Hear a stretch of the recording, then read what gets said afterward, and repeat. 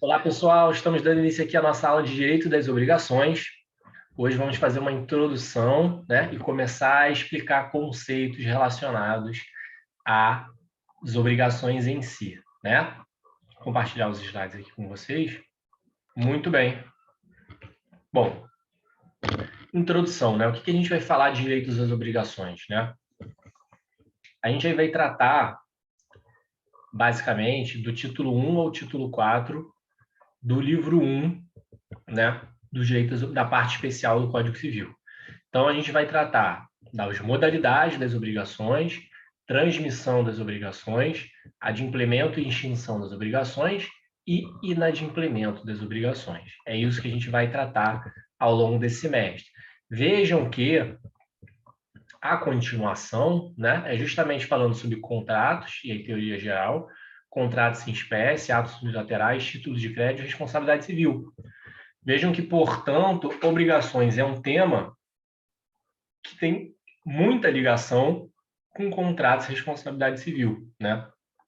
Por isso que conhecer obrigações é importante para se caminhar bem ao longo das demais disciplinas, tá? Então, o que a gente chama o título 1 ou o título 4, que está destacado aqui em negrito?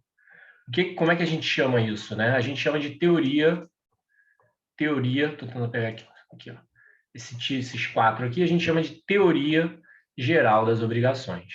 E é o que a gente vai tratar esse semestre. Bom, são diversas regras, né? São diversas regras, mas, como eu já adiantei a vocês, eu não espero que vocês tenham todas as regras decoradas, né? Eu quero que vocês entendam o conceito, o fundamento, porque isso muitas vezes vai servir para você responder a alguma questão relacionada às obrigações. E se por acaso, na sua vida prática, ou até na prova aqui da disciplina, né, tiver alguma questão relacionada a alguma regra específica, você vai poder utilizar seu código para responder, beleza? Muito bem. Bom, as obrigações, pessoal, elas são importantes porque elas permeiam toda a nossa vida, né? Toda a nossa vida. Botando aqui esqueci de botar o timer.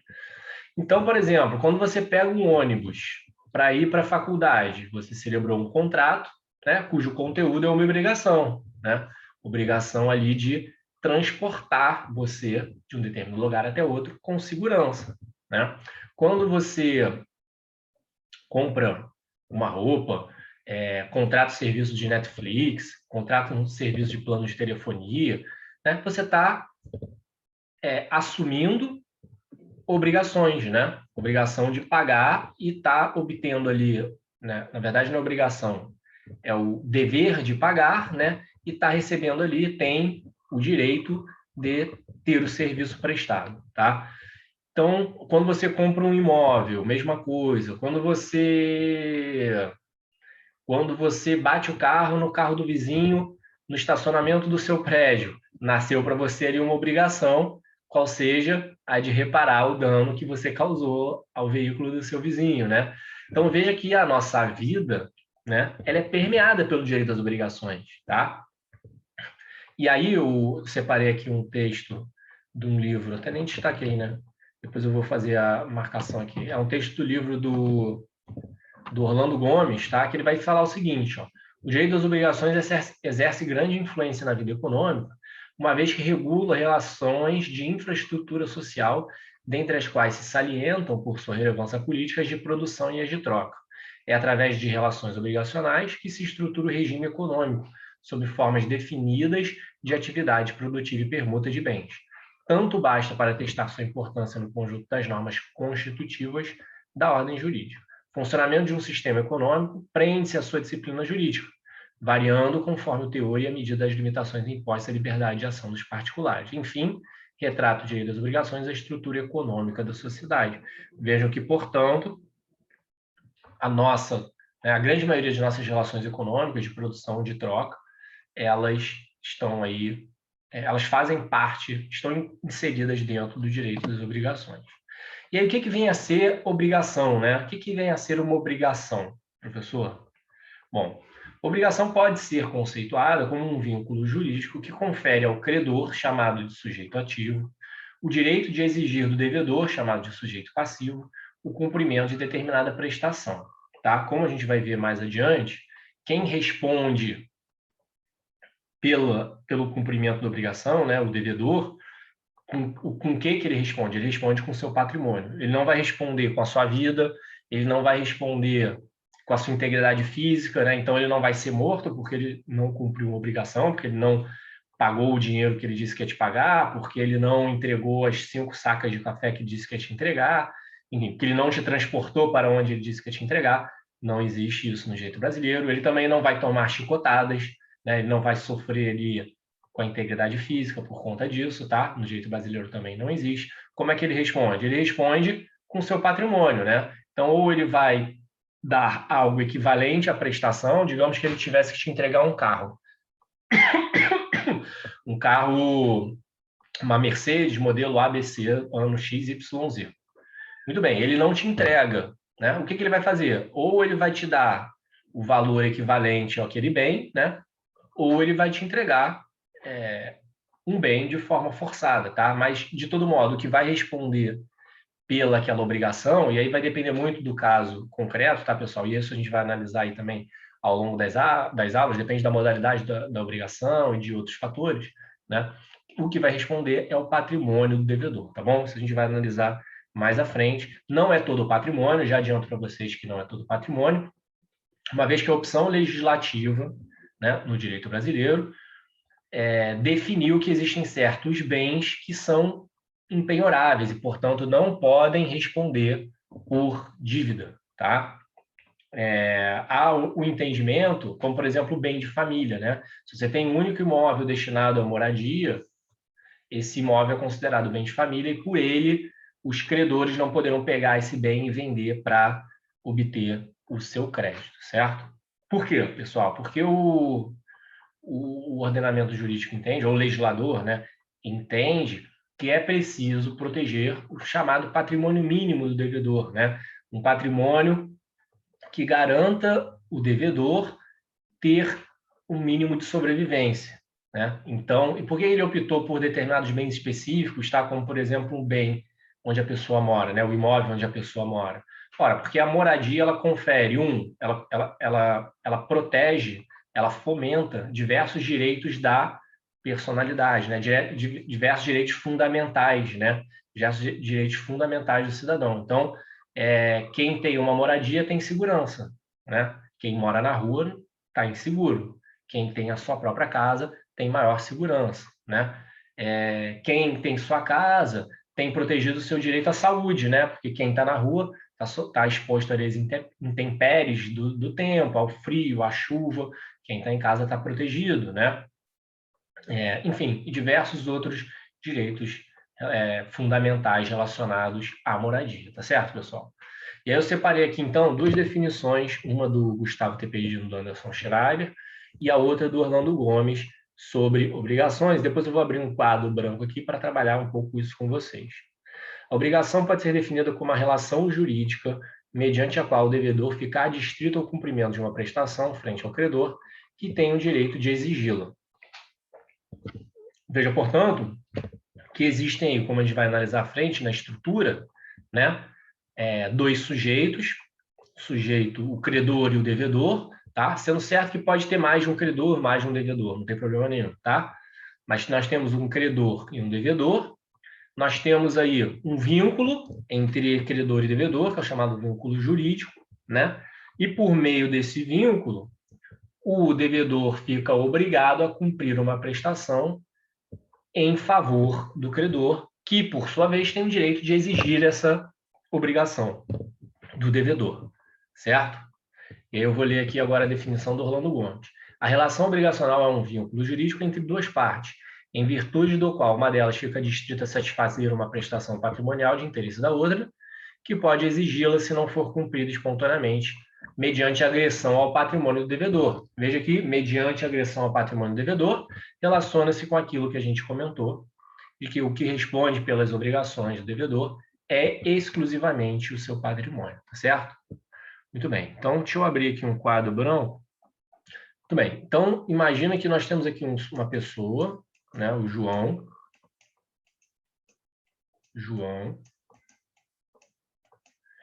E o João se obriga a celebra um contrato de compra e venda, com a Maria.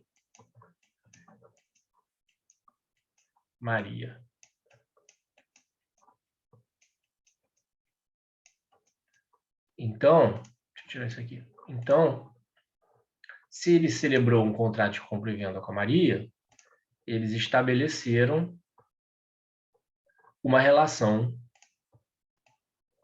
obrigacional entre eles, né? E isso aqui, ó, que eu fiz essa linha, é o chamado vínculo jurídico. Vínculo jurídico.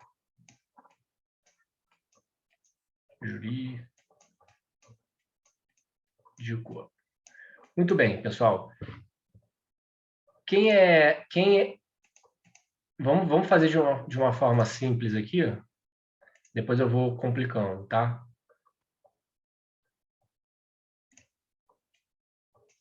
Ficou ruim isso aqui, hein, pessoal, mas dá para ler, né? Pronto, agora tá bom. Bom, o João, ele tem a prestação de quê, pessoal? Entregar o carro para Maria, né? Uma obrigação de dar, né? Uma obrigação de dar. Entregar, vamos botar aqui, ó, entregar o carro. Entregar o carro para Maria. Então, quem tem o dever de entregar o carro para Maria? João é o devedor. E Maria tem o direito de cobrar o carro do João. Maria é a credora. Vejam que, portanto, pessoal, estabelecemos aqui as figuras, né, que havíamos comentado. Credor, devedor, vínculo jurídico, e entregar o carro é a prestação, né? Vou escrever aqui, ó. Então, nós temos aqui todos os elementos de uma obrigação. Mas vejam, reparem que, e aí eu vou começar a aprofundar. Nas relações jurídicas obrigacionais em geral, pessoal, não existe uma parte que seja somente acreedora, em regra, né? Claro que às vezes sim, mas em regra não existe uma parte que apenas seja credora e outra parte a que seja apenas devedora. Normalmente essas figuras se confundem, né? Uma mesma pessoa tanto é credora quanto devedora. E nesse exemplo aqui eu vou provar isso para vocês. Se João tem o dever de entregar o carro para Maria, e a gente está tratando aqui de uma compra e venda, o que Maria tem que fazer para João para receber o carro? Ela vai receber o carro de graça? Não, é uma compra e venda. Maria tem que pagar o preço do carro, não é isso? O preço do carro. E aí, nessa relação, Maria é devedora e João é credor. Porque João tem o direito de exigir o pagamento do preço de Maria, enquanto Maria tem o dever de entregar o dinheiro para João. Entenderam? Então, na maioria das vezes, tá, ou de forma muito comum, numa relação obrigacional, ambas as partes exercerão posições de credor e devedor, tá bom? Entendido, pessoal? Beleza. E aí, qual é a prestação aqui? Pagar o preço, né? Então, nós temos vínculo jurídico, nós temos a prestação de pagar, aqui nós temos uma prestação de dar, aqui em cima. Nós temos um devedor, tratando-se da entrega do automóvel, que é o João, credora Maria, tratando-se da entrega do preço, Maria devedora, João é credor. Maravilha?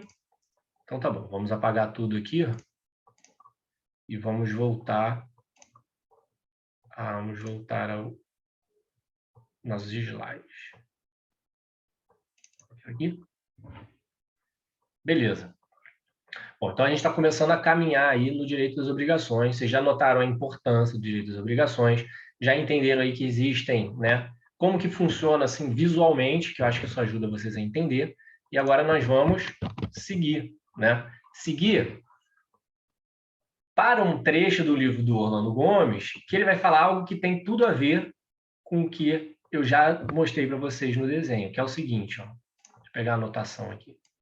Que é o seguinte, pessoal. Se por um lado, né, direito das obrigações, ele se relaciona, né, pelo menos o termo obrigação no sentido amplo, não no sentido técnico, né, se relaciona à dívida, né, ao débito, nós temos que lembrar que existe também, do outro lado, alguém que tem o direito de crédito, né, que é o credor.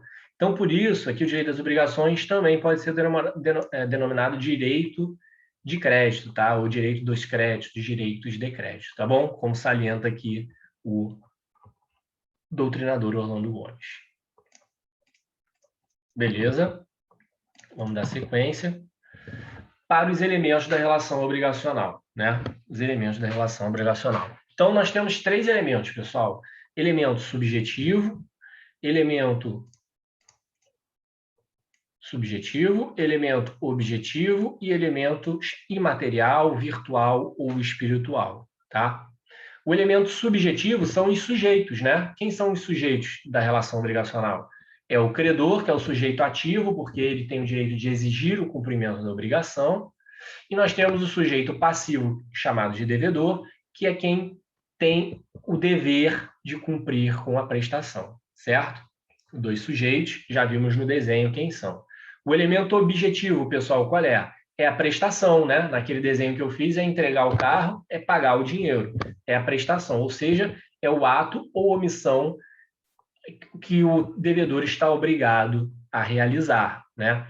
Ah, professor, pode ser uma omissão também? Pode, tá, pessoal? Não precisa ser sempre alguma atitude positiva, não. Pode ser alguma atitude omissiva, tá? Omissiva. Como, por exemplo, você pode se obrigar a não construir um muro. Você celebra um acordo com o seu vizinho, dizendo que você não vai construir um muro dividindo o terreno de vocês dois, ou que você não vai construir um muro mais alto do que 10 metros, do que 5 metros de altura, né? Você pode se obrigar a não fazer algo também, tá bom?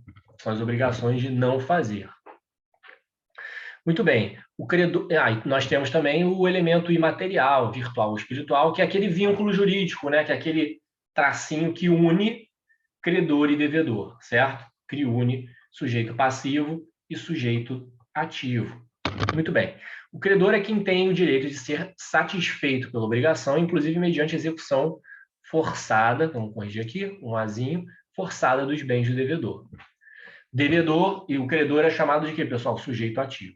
Devedor é quem tem o dever de cumprir a obrigação, chamado de sujeito passivo.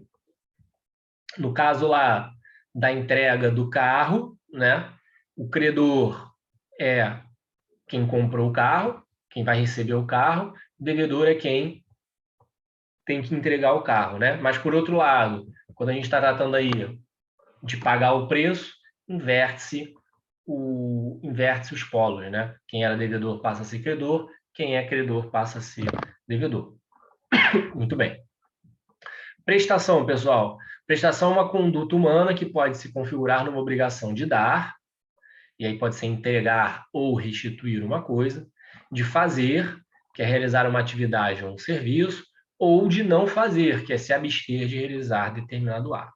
Então, uma obrigação de dar, pessoal. Eu me comprometo a te dar a minha bicicleta.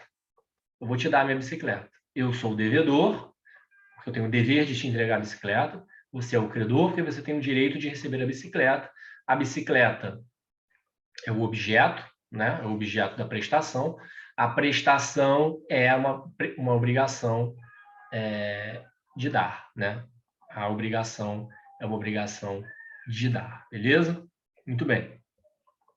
De fazer, pessoal, o que seria de fazer? Você contrata o cantor, a Anitta, para cantar na formatura de vocês, né? Na formatura da faculdade de vocês. Ora, qual é a obrigação da Anitta, pessoal? É uma obrigação de fazer, né? De cantar, tá bom? Obrigação de prestar um serviço, né? Para vocês. E de não fazer, eu já dei o exemplo de não construir o muro, né? Ou, sei lá, você tem uma empresa perto da sua casa que emite muita poluição, ou, sei lá, o teu vizinho faz muito barulho em determinados horários, vocês combinam, Ah, olha só, entre 10 horas e 1 da tarde é o horário que eu assisto aula. Então, nesse horário, será que você pode não fazer barulho? Vocês podem combinar algo nesse sentido, e aí ele topando isso, ele vai se obrigar ali a não fazer alguma coisa, certo? É claro que, pessoal, alguns deveres, assim, eles podem se constituir não em obrigações, né? Mas em deveres impostos, por exemplo, pela direitos reais, que a gente vai ver mais à frente, né? Que eles nascem, são direitos com características de um pouco diferentes. Isso que vocês vão estudar mais à frente, a gente vai ver bem, de forma bem en passant aqui, tá? Ou também podem ser determinações do poder público, né, pessoal? Por exemplo, não fazer barulho depois de um certo horário, normalmente é uma regra imposta pelo próprio poder público, né? Eu tentei criar um exemplo assim de um barulho razoável, né, durante o dia, mas que atrapalhasse você nos estudos. Aí você podia combinar de durante determinado período a pessoa não fazer barulho, tá? Poderiam fazer um acordo nesse sentido e seria uma relação obrigacional, beleza? Muito bem. E vínculo jurídico, pessoal, é esse elo, né, que sujeita o devedor a uma determinada prestação, pode ser positiva ou negativa, como a gente já viu, em favor do credor, né? E aí esse vínculo jurídico ele vai conferir o credor o direito de exigir do devedor o cumprimento da prestação, podendo, inclusive, adentrar o patrimônio ou forçar o devedor ao cumprimento da obrigação, caso este não cumpra no prazo, na forma estabelecida no acordo, tá bom? Beleza.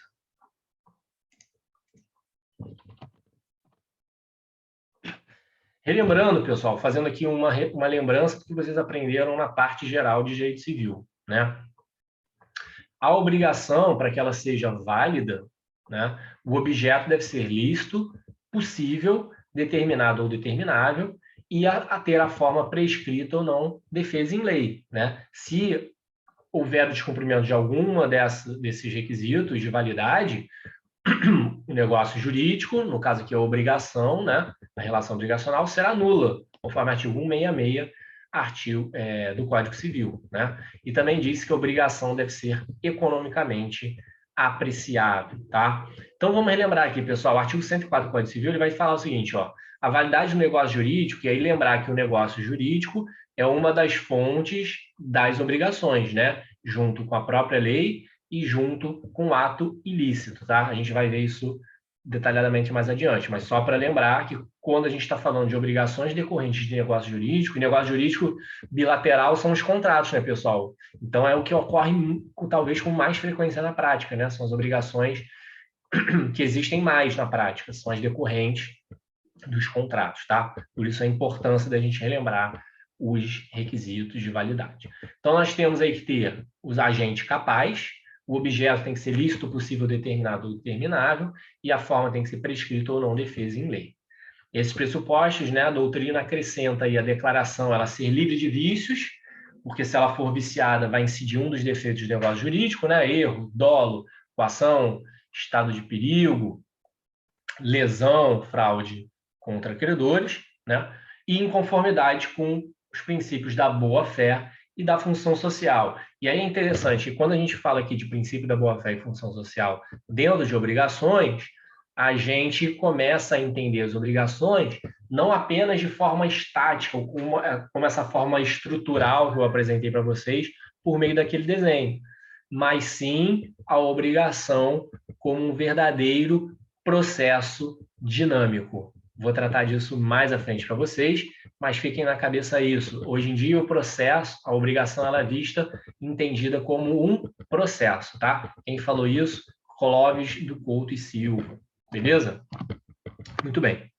O agente capaz, o que significa isso? O agente ele deve ser capaz, ele deve ter capacidade, né? Lembrar que os absolutamente incapazes devem ser representados e os relativamente incapazes, como por exemplo o menor o menor entre 16 e 18 anos, deve ser assistido, tá certo? Muito bem.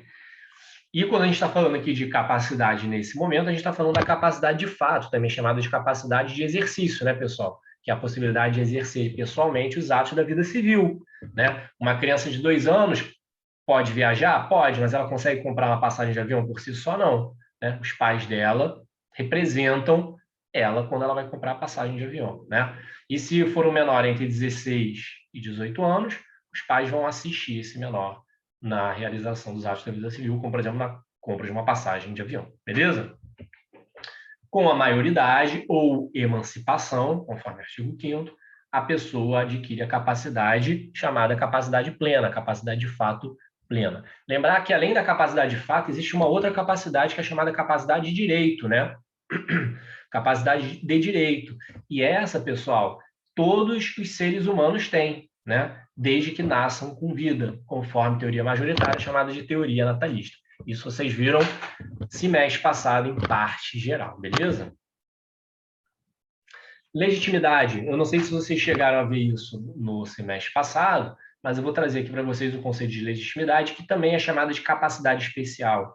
É que, além da capacidade, certos atos exigem a chamada legitimidade, que significa permissão para a prática de um negócio jurídico em especial. Então, por exemplo, uma pessoa maior e capaz, em regra, ela pode celebrar contratos, né? Ela pode praticar atos da vida civil sem problema, porque ela possui capacidade de fato, né, de exercício. Muito bem, mas se ela for casada e ela quiser vender um imóvel, o código exige algo a mais, exige a chamada legitimidade ou capacidade especial, que é a concordância do seu marido ou da sua esposa, tá? Aí isso se chama legitimidade. Se não houver a concordância do marido ou da esposa quando, né, esse cônjuge vender um imóvel, esse ato será viciado, né? Ele será anulável, ele terá um defeito ali. Ele será anulável dentro do prazo de 2 anos pelo outro cônjuge, né? 2 anos a contar da dissolução da sociedade conjugal, beleza? Isso vocês vão analisar mais a fundo quando vocês estudarem compra e venda, tá? E também no direito, não sei se é direito de família ou direito sucessório, direito de família, né? Direito de família, isso aqui. Direito de família, tá? Então, vocês vão analisar isso em compra e venda, contratos em espécie, em direito de família, tá bom? Beleza. Bom, terceiro, né, pessoal, é a validade. Terceiro dos requisitos ali, agente capaz, né? Na verdade é o segundo. Agente capaz, a gente viu que tem a legitimidade, que é chamada de capacidade especial. Nós temos agora também, segundo aqui, requisito de validade, é que o objeto seja lícito, possível, determinado ou determinável. Lícito significa que o objeto é de acordo com as normas jurídicas, a moral e os bons costumes. Então, um objeto que tem algo proibido em lei não terá validade, né? Então, um contrato de prestação de serviço de matador de aluguel. Eu te contrato para matar o meu desafeto. E eu não te pago. Você mata e eu não te pago. Ora, existe essa relação, uma relação obrigacional entre a gente? Você pode me cobrar o preço que a gente combinou porque você cumpriu, né, com a sua parte na relação obrigacional, você cumpriu com a prestação, né? Não, por quê? Porque o objeto desse nosso contrato, dessa nossa obrigação, é nulo, né? É nulo. Por quê? Porque não se pode, porque matar é algo ilegal no nosso ordenamento jurídico, tá? E aí, compra e venda de cocaína é a mesma coisa, né? Eu pago 10 mil para você adiantado para você me dar 1 quilo de cocaína. Não tenho nem ideia de quanto custa uma cocaína. Me dá X quilos de cocaína, você não me entrega. Posso ajuizar uma ação cobrando de você a entrega da cocaína, porque alegando que existe ali uma relação obrigacional, na qual eu sou o credor, você é o devedor, e existe um vínculo jurídico entre nós, e você não cumpriu com o seu dever, né, com a prestação de dar, de entregar a cocaína? Não, porque o objeto desse nosso negócio jurídico é nulo, beleza? Mesma coisa o seriado Round Six, né? Eu até gravei um vídeo, tá no meu canal do Instagram, tá? @prof.felipepalhano, @prof.felipepalhano, que eu comento se o contrato do jogo Round Six, né, do seriado Round Six, se ele seria válido ou não aqui no Brasil, e a fundamentação, tá? E a explicação passa pela licitude do objeto, beleza? Quem quiser dar uma olhada lá. Bom, o objeto, além disso, tem que ser possível, né, pessoal? Então, ele tem que ser viável. Então, você não pode, por exemplo, contratar com alguém que essa pessoa ela tem que colocar toda a água do oceano num copo e te entregar. Ora, o objeto é impossível, né? Não dá para colocar toda a água do oceano num copo. Logo, esse contrato é nulo, beleza? Nulo. Sanção é nulidade, artigo 166 do Código Civil. A mesma coisa, construção de uma ponte até a Lua. É impossível, é inviável isso ser feito, né? Portanto, contrato nulo, né? Pelo fato do objeto ser impossível. O objeto, além disso, tem que ser determinado ou determinável, né? Quando o objeto é determinado, é possível destacar todas as características do objeto de forma precisa desde o momento da realização do negócio. Então, por exemplo, um contrato de compra e venda de 10 canetas Bics azuis pontas finas. Nós temos aqui quantidade, gênero e qualidade, né? Determinável é o objeto, ele possui um certo grau de imprecisão acerca de alguma de suas qualidades ou quantidade no momento da realização do negócio. Então, por exemplo, eu quero comprar um filhote, né? Todos os filhotes machos da futura ninhada entre Tobias e Princesa, que são os cãezinhos, né? Eu sei quantos filhotes vão nascer, como que vão ser esses filhotes, qual a cor dos filhotes, se eles vão nascer com, né, fisicamente íntegros ou não. Não tenho a mínima ideia, né? Então há certa imprecisão, mas o objeto ele é determinável, né? Ele vai se tornar determinado no momento ali do nascimento. Então, é um exemplo de um objeto determinado, beleza? Muito bem. Vínculo jurídico, pessoal, o terceiro elemento ali, né? Então a gente está analisando os elementos da relação obrigacional. Vínculo jurídico, como a gente já viu também, chamado de vínculo espiritual ou abstrato, ele é o que sujeita o devedor a determinada prestação em favor do credor. E aí eu quero chamar a atenção de vocês da chamada teoria dualista, que é a prevalecente na atualidade, tá? A teoria dualista, ela vai dizer que esse vínculo jurídico, ele se divide em dois elementos, ou se compõe em dois elementos: o débito e a responsabilidade. Então, o vínculo jurídico, ele se compõe por meio de dois elementos: o débito e a responsabilidade. O débito, pessoal, também chamado em alemão de Schuld, assim, eu não falo alemão, tá? Eu nem colocaria isso aqui, é uma palavra numa língua que eu não falo, mas isso é comum de aparecer, é comum de falar Schuld e Haftung, tá? Então, por isso que eu coloquei aqui, porque pode ser que vocês vejam num livro, numa prova, sei lá, em algum outro local, a pessoa falando de Schuld e Haftung, que é débito e responsabilidade. Por isso que eu coloquei aqui. E também, às vezes, a pessoa utiliza esse termo em latim, né? Debitum para débito e obligatio para responsabilidade. Por isso que eu coloquei aqui, tá? Mas nas minhas provas, aqui nas aulas, eu vou falar débito e responsabilidade, porque eu não falo alemão e não falo latim. Não gosto de utilizar palavras de línguas que eu não falo, tá bom? O latim eu até utilizo eventualmente nas petições, no meu trabalho, tá? Mas por uma questão mais de costume de ser algo costumeiro, né? Mas, em regra, eu não gosto, tá bom? Beleza. Então, o débito, pessoal, o que é o débito? Ele é chamado de dever primário, né? Porque é aquele primeiro dever que existe. Qual é o primeiro dever que existe? É o dever do devedor de cumprir sua obrigação, ou seja, de realizar a prestação, né? No caso ali da venda do carro, é o dever de entregar o carro. Na parte do vendedor, na parte do comprador, é o dever de pagar o preço. Esse é o dever primário, né? Caso esse dever não seja cumprido, pessoal, olha que interessante, aí vai nascer a responsabilidade. Por isso que a responsabilidade ela é chamada de dever secundário, né? Porque ela nasce caso o débito não seja cumprido. E o que significa a responsabilidade, né? Também chamada de Haftung ou obligatio? É o direito do credor de exigir judicialmente, caso não cumprida a obrigação, o cumprimento da obrigação, certo? Então, é o direito que o credor tem de ajuizar uma ação para exigir, para forçar o devedor a cumprir com o que foi acordado, beleza? Essa é a responsabilidade. E é interessante a gente estudar, né, esses dois elementos, porque existem hipóteses, pessoal, em que vai existir o débito, mas não vai existir a responsabilidade. E existem hipóteses que vai acontecer o contrário. Vai existir a responsabilidade, mas não vai existir o débito. Vou mostrar aqui para vocês, na sequência.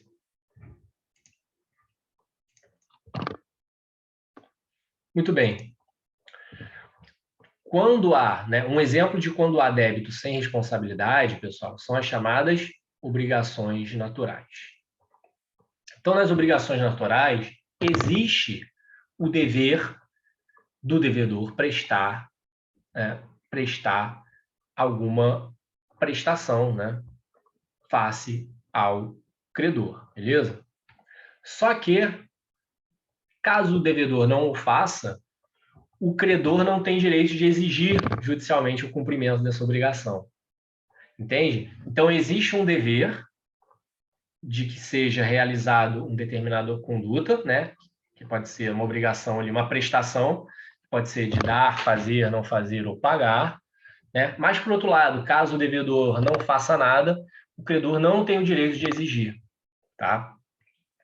E aí um exemplo, né, de obrigação natural, a gente vai ver até no slide seguinte, é a dívida prescrita, né?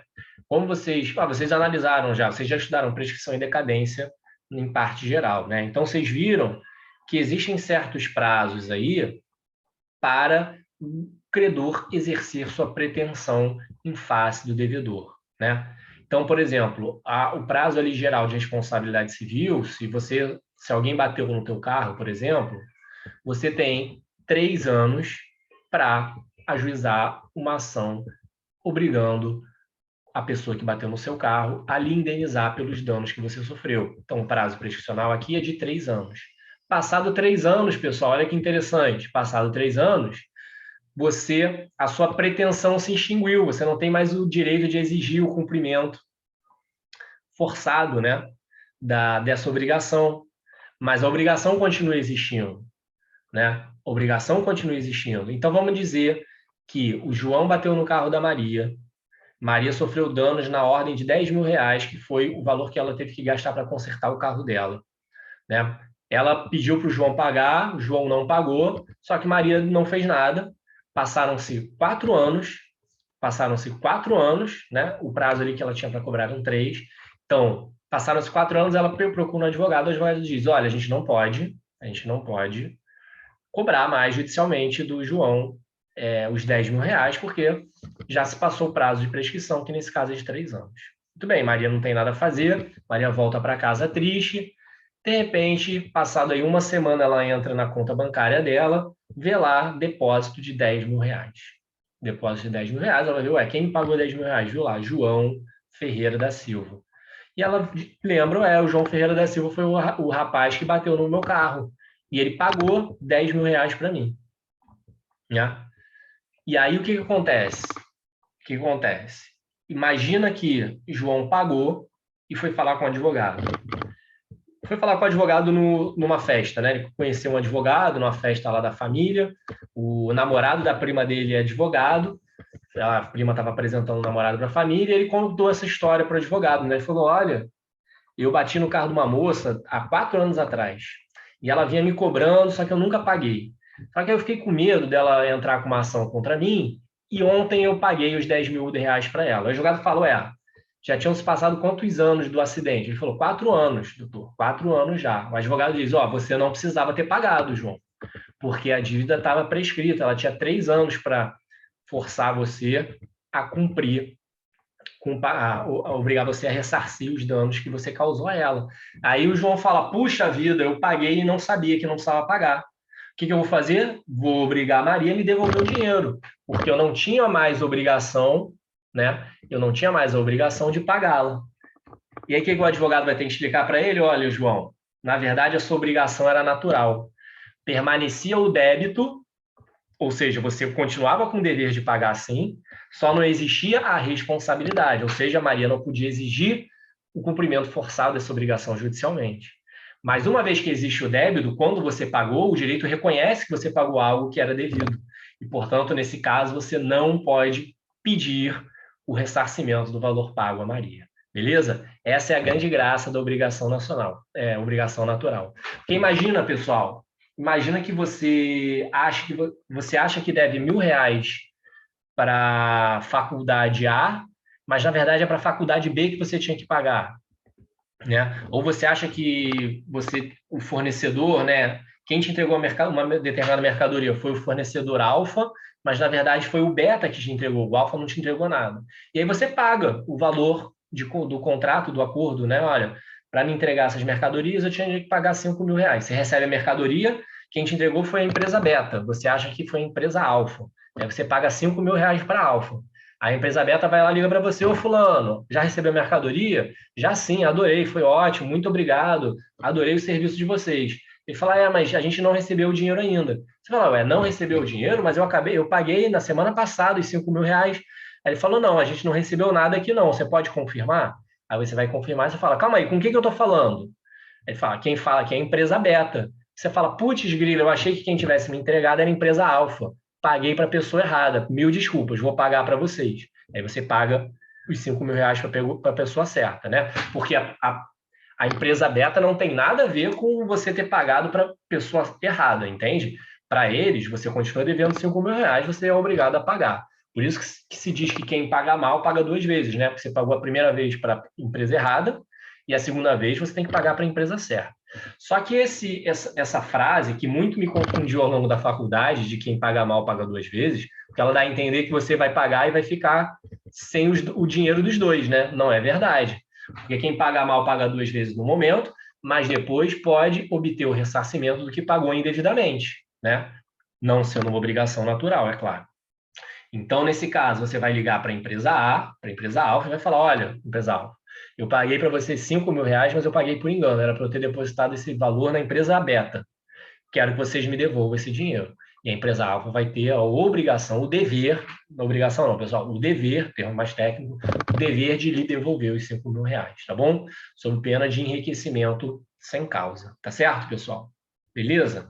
Entendido a importância ali, ó, que bacana, com vários exemplos aqui práticos, né? Que eu vou mostrando para vocês a importância desses conceitos teóricos que eu estou apresentando. E, por outro lado, pessoal, além do débito sem responsabilidade, pode existir o contrário, que é a responsabilidade sem débito. Isso acontece com o fiador, né? O fiador é aquela pessoa que se compromete a honrar a dívida de uma outra pessoa. Então, por exemplo, vocês estudam isso em contratos em espécie. Você celebra um contrato de locação, você aluga um apartamento, né? E aí o dono do apartamento, o locador, o dono do apartamento, ele fala o seguinte: olha, eu alugo esse apartamento para você, fulano, por 3 mil reais por mês, mas eu quero que você me arranje um fiador, ou seja, eu quero que a garantia desse nosso contrato seja um fiador, seja fiança. Você vai arranjar alguém que vai se responsabilizar pelo pagamento dos aluguéis, caso você não venha fazer. Simples assim, essa é a função do fiador. E aí o locatário, ele chama lá o pai dele, o tio dele, um amigo, quem quer que seja, né, e fala, o primo, vamos ver quem vai falar com o primo. O meu primo, você pode ser meu fiador? Primo, posso. Então, nós temos aqui a figura do locador, que é o proprietário, no caso aqui é o proprietário do imóvel, o locatário, que é quem alugou o imóvel, se comprometendo, né? Então, vamos botar isso em termos obrigacionais, pessoal, na locação, né? Nós temos o locador, que tem o dever de entregar o imóvel para o locatário utilizar, né? Então, ele tem uma prestação, e nesse caso ele é devedor e o locatário é credor. E, por outro lado, o locatário tem o dever de pagar os aluguéis ao locador, né? E aí, nesse sentido, o locatário é devedor e o locador é credor. Temos aí uma obrigação de dar, né? Além disso, existem outras obrigações, tá, pessoal? Você tem que manter o imóvel limpo, não pode depredar o imóvel, tem uma série de outras obrigações, tá? Mas eu estou simplificando aqui para vocês entenderem. E o fiador nessa história toda, pessoal, nessa relação obrigacional aí, o fiador? Ora, o fiador ele não se compromete a nada, né? Ele não tem a obrigação de pagar. Ele só é responsável, ele não tem o débito, portanto, ele só tem a responsabilidade de efetuar o pagamento caso o devedor, né, que é o locatário, não realize os pagamentos, tá? Então, o fiador ele é responsável sem ter dívida, surgindo o seu dever jurídico somente com o inadimplemento do afiançado. É claro, se o contrato é cumprido normalmente, o fiador está ali, ó, não tem nada, ele não tem débito, ele não tem nada a fazer, né? Descumprido o débito por parte do locatário, que no caso é o devedor, nasce a responsabilidade do fiador de arcar com o pagamento, beleza? Muito bem. Características específicas da fiança, como benefício de ordem e outras questões relativas, serão estudadas já em contrato em espécie, quando vocês estudarem fiança, beleza? Eu estou aqui falando, pessoal, nessa nossa aula, eu tenho que lembrar sempre que vocês são do segundo período, né? Então, eu falo as questões de forma técnica, mas de forma simples, né? Eu não me aprofundo tanto no que eu acho que não é necessário me aprofundar, e, inclusive, além de não ser necessário, viria, inclusive, a confundi-los, né? A gente já está passando tantos conceitos novos, né, e profundos, que eu tenho que me ater a me aprofundar no que for importante aqui para a matéria de obrigações, beleza? Muito bem, então vemos aqui diversos exemplos, né? Acho que agora vocês estão craques, vocês já entenderam aí dos elementos. Nós temos o elemento ativo, os elementos subjetivo, que é o credor, sujeito ativo, devedor, sujeito passivo. Nós temos aí o elemento objetivo, que é a prestação, né? Que pode ser de dar, fazer ou não fazer, ou pagar. E nós temos ali o elemento imaterial, né? Ou abstrato ou espiritual, que é esse vínculo jurídico, que é justamente o que vai obrigar, né, o devedor a cumprir com a prestação e vai gerar, né, o direito do credor de exigir o cumprimento da prestação. Beleza? Beleza, pessoal. Eu acho que... Deixa eu ver aqui. Obrigação natural, né? Obrigação natural. Eu falei da dívida prescrita. E tem um outro exemplo que é a dívida de jogo, tá? Previsto ali. Eu botei o artigo aqui para vocês, ó, pessoal. Da dívida prescrita, o artigo 882 do Código Civil vai falar: não se pode repetir o que se pagou. Então, não se pode repetir, né? Pedir a devolução do que se pagou para solver dívida prescrita ou cumprir obrigação judicialmente inexigível, né? Então, pagou algo que você teoricamente não precisaria mais pagar, né? Na verdade, não precisaria pagar por ser uma dívida prescrita ou uma obrigação judicialmente inexigível. Nesse caso, você não pode devolver. Se não fosse isso, não fosse essa hipótese, é claro que você pode devolver, como aquele exemplo que eu dei da pessoa que pagou por fornecedor errado, né? Fez confusão de quem deveria receber o pagamento, beleza? Um outro exemplo é a dívida de jogo, previsto aí no artigo 814 do Código Civil, que diz: as dívidas de jogo ou de aposta não obrigam a pagamento. As dívidas de jogo ou aposta não obrigam a pagamento. Mas não se pode recobrar a quantia, ou seja, pedir de volta o valor que você voluntariamente pagou. Beleza? Aqui na dívida de jogo, pessoal, eu quero só ressaltar que também é um contrato em espécie, que vocês vão analisar bem mais à frente, né, em Direito Civil 4, tá? Mas existem jogos que são permitidos por lei, como, por exemplo, um jogo lotérico. Então, se você ganhou na loteria e a loteria, né, não te deu o valor, você pode cobrar esse valor da loteria, tá? Sem problema algum. É uma dívida regulamentada, ela é válida, né? Por outro lado, existem também dívidas aí que são ilegais, né? E aí, a própria obrigação, o próprio negócio jurídico é nulo, né? Porque o objeto é ilícito, como, por exemplo, o jogo do bicho, tá? E aí não se enquadraria nessa hipótese. Se enquadraria de uma hipótese de nulidade ali do negócio jurídico, tá? E, por outro lado, existem certos jogos ou apostas, né? Que o direito, ele não confere a possibilidade do credor executar forçosamente, mas ele reconhece que existe ali uma obrigação, né? E aí, no caso, é uma obrigação natural, tá? Ele reconhece o débito, mas não reconhece a responsabilidade. Então, por exemplo, você está jogando sueca com os teus amigos, truco com os seus amigos, fizeram uma aposta, tá? Ninguém vai poder ajuizar uma ação te cobrando o valor que vocês apostaram ali no jogo, beleza? Mas, uma vez que você pagou, você perdeu R$100 no poker, pagou para o teu amigo R$100, e aí você está estudando essa aula aqui e não precisava ter pagado, ele não podia me cobrar, né? Judicialmente. Vou pedir de volta esse valor para ele. Não pode, tá? Pagou, você tinha o débito, não tinha responsabilidade, tratando-se, portanto, de uma obrigação natural. Portanto, o que você pagar, você não pode pedir de volta, beleza? Muito bem, pessoal. Espero aí que vocês estejam entendendo bem, caminhando bem. Eu não vou entrar aqui agora na responsabilidade patrimonial, tá? Eu vou deixar isso, ou vou sim, ou deixo isso para a próxima aula. Não, vou entrar isso e encerro aqui com a responsabilidade, tá? Já que a gente está falando, então, de débito e responsabilidade, pessoal, e eu já adiantei isso quando tratando lá no início da aula sobre obrigações, né, sobre a introdução, o devedor, caso ele não cumpra com a prestação, ele passa a responder com o seu patrimônio. Então, ele não responde com a vida, não responde com integridade física, não responde com liberdade. A gente vai ver que liberdade tem exceção. Então, por exemplo, no direito romano já existia a regra que se a pessoa devia para 10 credores e ela não pagasse, o corpo dela seria dividido em 10 partes e essas partes seriam entregues aos seus respectivos credores, tá? Já existiu regra no direito antigo que se você não pagasse a dívida a alguém, você se tornava escravo dessa pessoa, né? Então você perdia a sua liberdade. Você ficava trabalhando para essa pessoa de graça como escravo até pagar a dívida, tá? Ou você podia tomar chicotada, ou você podia perder membros do seu corpo, tá? Ou, por exemplo, a famosa lei de Talião, olho por olho, dente por dente, né? Existia aí uma regra que se você construísse uma casa, essa casa desmoronasse e matasse o proprietário, você morria. Você que construiu a casa que desmoronou por erro seu, você morria.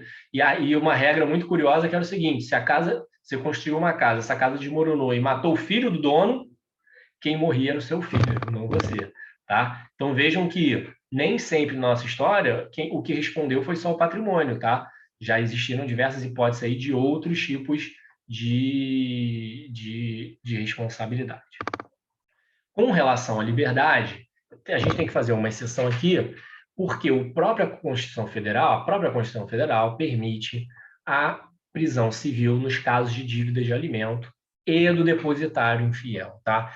A dívida de alimentos, pessoal, é um exemplo. Por exemplo, o pai e mãe têm um filhinho e aí o pai e mãe se separam, né? E o filho fica na guarda da mãe.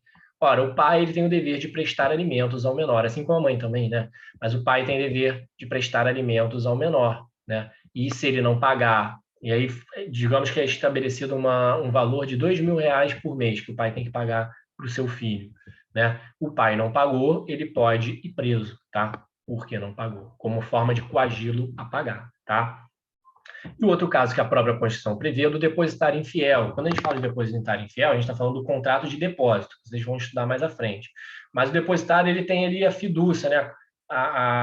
Confiam que ele vai guardar um determinado bem para outra pessoa, né? E se ele descumprir as regras relativas, ele poderia, pela Constituição, ser preso, tá? Ser preso, né? Por exemplo, não devolver-se o bem, né? Ser preso.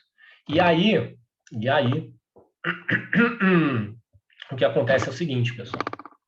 Realmente pode haver prisão civil do devedor de alimentos do depositário infiel? Faça a pergunta aos senhores, tá? Na verdade, não. A resposta, na verdade, é parcial. É sim para alimentos e não para o depositário infiel. É até uma pergunta que me fizeram no Instagram. De vez em quando eu abro umas caixinhas de pergunta, me fizeram essa pergunta, eu ainda não gravei o vídeo de resposta, mas farei, tá? O que acontece, pessoal? O Brasil, em 1992, ele ratificou a Convenção Americana de Direitos Humanos, chamado aí de Pacto de São José da Costa Rica, que foi onde foi celebrado essa convenção, né? E o Pacto de São José da Costa Rica, no artigo 7º, item 7, ele fala o seguinte, ó, dispõe o seguinte, ninguém deve ser detido por dívidas. Então, a regra, ninguém pode ser preso civilmente por dívida civil, né? Esse princípio não limita os mandados de autoridade judiciária competente expedidos em virtude de inadimplemento de obrigação alimentar. Então, ele faz a ressalva, ninguém pode ser preso por dívida, mas, excepcionalmente, pode sim, caso seja dívida de obrigação alimentar. Então, para alimentos, pessoal, a resposta é sim, pode haver prisão civil. E para o depositário infiel, a resposta é não, tá? Muito embora a Constituição assim o preveja, o STF definiu, né, que a convenção ela acaba por suspender os efeitos da Constituição Federal no que tange a possibilidade de prisão do depositário infiel. Beleza? Tranquilo? Maravilha, galera. O artigo 391 do Código Civil ele fala o seguinte, ó, é justamente o que ele fala da responsabilidade patrimonial, né? Pelo inadimplemento das obrigações, respondem todos os bens do devedor. Então vejam que o que responde é os bens do devedor. Só que esse artigo ele fala uma coisa curiosa, ele diz todos os bens do devedor. E aí eu pergunto, será que realmente são todos os bens do devedor que respondem pela sua dívida, pelas suas obrigações, pelo inadimplemento de suas obrigações? Resposta não, já adiantei para vocês que existe aí uma tutela do patrimônio mínimo, né? Como, por exemplo, aí o próprio bem de família. Então, nem todos os bens do devedor respondem, tá? Quando vocês lerem esse artigo aqui, vocês têm que fazer essa ressalva. Faz aí uma marcação, faz um xizinho em todos, de alguma forma sinaliza que não são todos os bens do devedor que vão responder pelo inadimplemento das suas obrigações. A lei ela faz diversas ressalvas, tá? Como, por exemplo, os equipamentos do seu trabalho. Veja que interessante, a lei entende o seguinte, pô, se você tirar, né, os livros de direito do advogado, como é que ele vai exercer corretamente a sua profissão e, com isso, obter dinheiro para pagar suas dívidas, né? Então, vejam que a lei ela salvaguarda determinados bens que ela entende que não só vão permitir a subsistência, né, a sobrevivência do devedor, como também vão permitir que ele obtenha dinheiro para saldar suas dívidas, né? Para cumprir, para adimplir suas obrigações. Vejam que interessante, beleza? Bem de família, vocês veem isso lá mais à frente, mas o bem de família legal, né? Previsto ainda na Lei 8.009, é aquele único bem de família que serve de moradia para a pessoa, falando de forma bem simples, tá? Então, é a residência, né, da pessoa. Pode ser casal, pode ser pessoa solteira, tá? Pode ser uma entidade familiar variada. Mas, enfim, tem que ser o imóvel que sirva de moradia e tem que ser o único imóvel. E a lei protege isso, salvaguarda isso de ser expropriado, né, do patrimônio do devedor. Beleza? Com isso, eu vou encerrar a nossa aula de hoje, pessoal. E aí nos vemos na próxima aula, beleza? Um grande abraço e até a próxima.